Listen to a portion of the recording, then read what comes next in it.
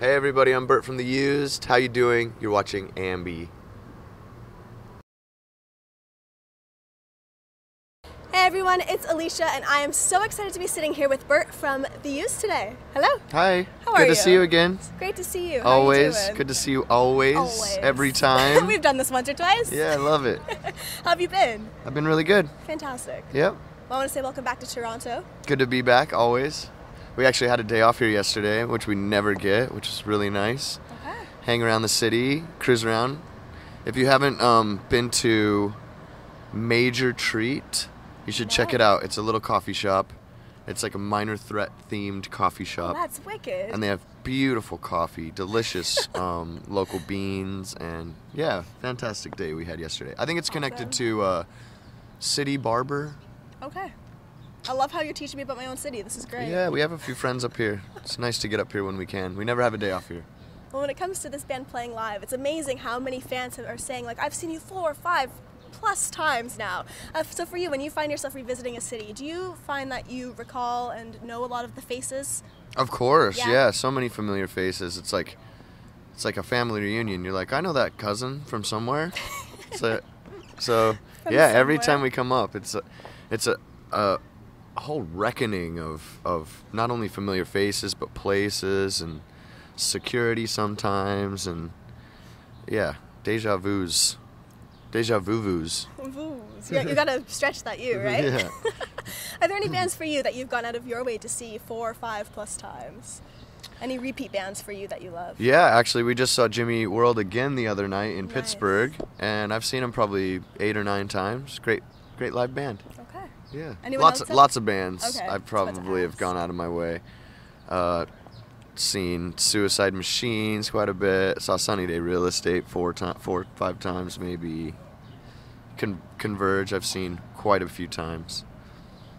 Yeah, there's a few bands that I've seen a few times. Well, the last time that you were in Toronto, I remember you were on stage and you said how the songs mean more to you now than they did when you wrote them. So I wanted you to just tell me a little bit more about and the reasoning for that. Well, I think that as you kind of grow up and as you get older, things definitely change. But the songs are general enough to where I think the meanings kind of transcend the small moments we were at. You know, when I was 18, when I wrote Taste of Ink, Here I Am, It's in My Hands. Mm-hmm.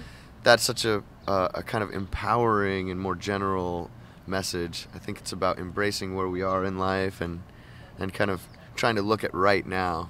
I compare it to maybe being in a concert and watching with your own 2 eyes and the reality that exists in front of you. Okay.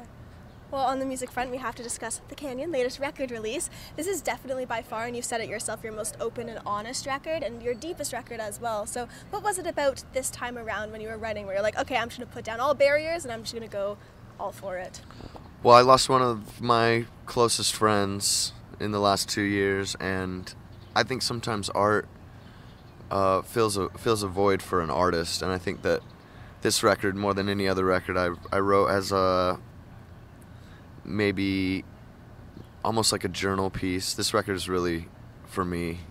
That sounds very selfish, and it is. But therapeutic as well. It's very selfish. Yes, this was a moment of Bert therapy.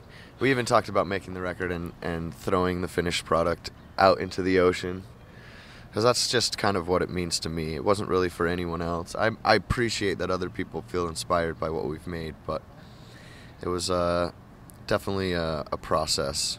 The grieving process is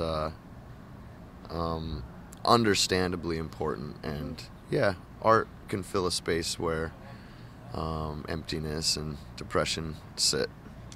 There's a song on the record called About You that I relate to a lot, because for me it's, you do want to hear the people that you love who have passed away, you want to hear their voices once again, and you often think about that. So for you, have you had a lot of fans coming up to you still at these shows just saying how much the songs and the records mean to you? 100%. Yeah. This has opened up a world where I think that people come up and talk to me like a brother, you know, they talk to me like they've known me my whole life. We met a girl day before, 3 days ago that her father had just passed away, so hearing what the record had meant to her and how it had helped her get through is so beautiful and incredible, and such a testament to what music can really accomplish and the power behind a specific piece of art.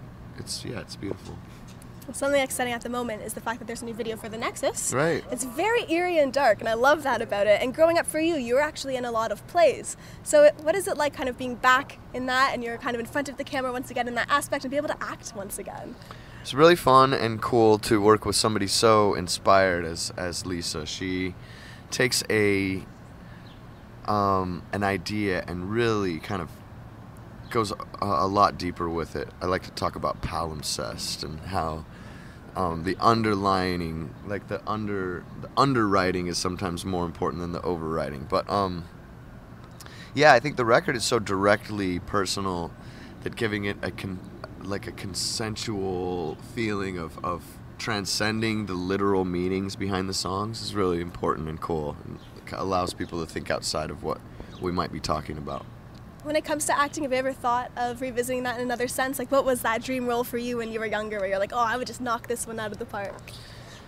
I always like the idea of acting, and then once the the ideal role, I guess there wasn't really any. I thought that anybody who was in the movie Labyrinth who got to work with David Bowie was the luckiest person on the planet. Such a good film. So that was some of my favorites, were like the puppet crossovers. I thought the Dark Crystal was really special growing up, and yeah, I don't know. Art and acting are such a weird combination, because I feel like art should be this intense and kind of metaphysical expression that gets to the deepness. It gets below the vein and the bone marrow, and I think that acting is just acting. But there's such a cool and special place for There's a weird juxtaposition, because one's like super genuine and the other one still is in a sense, but it's also all predetermined. And, yeah, in this weird way, and I guess it depends on what picture you're painting, right?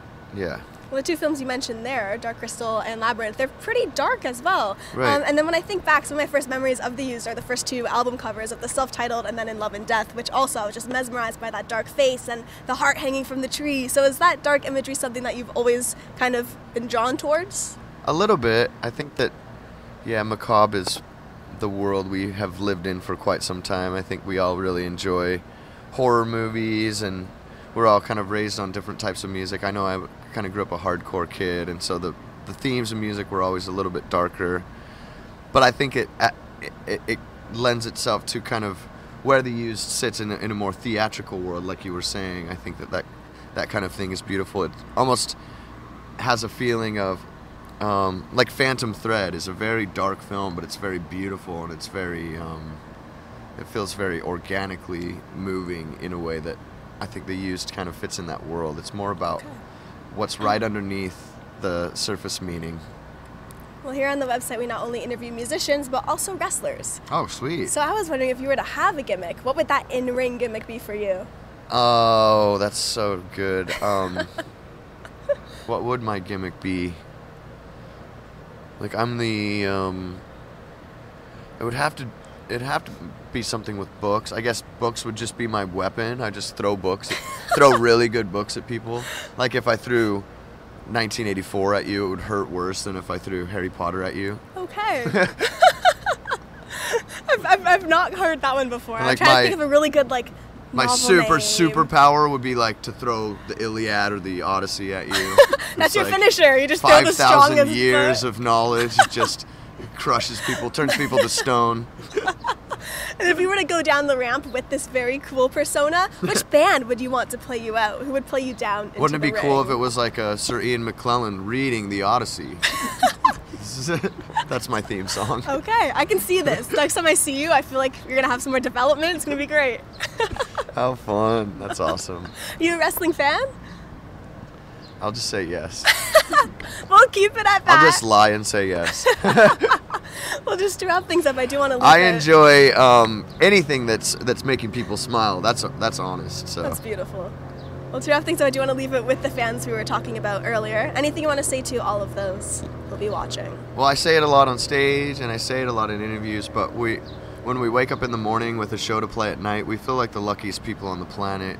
And we feel like if we ever took any of that for granted, it could be taken away from us in a heartbeat. It's really the Used fans who have made 18 years of touring the world possible, and always been a dream of mine since I was a kid. So however cliche it sounds, you've made our dreams come true.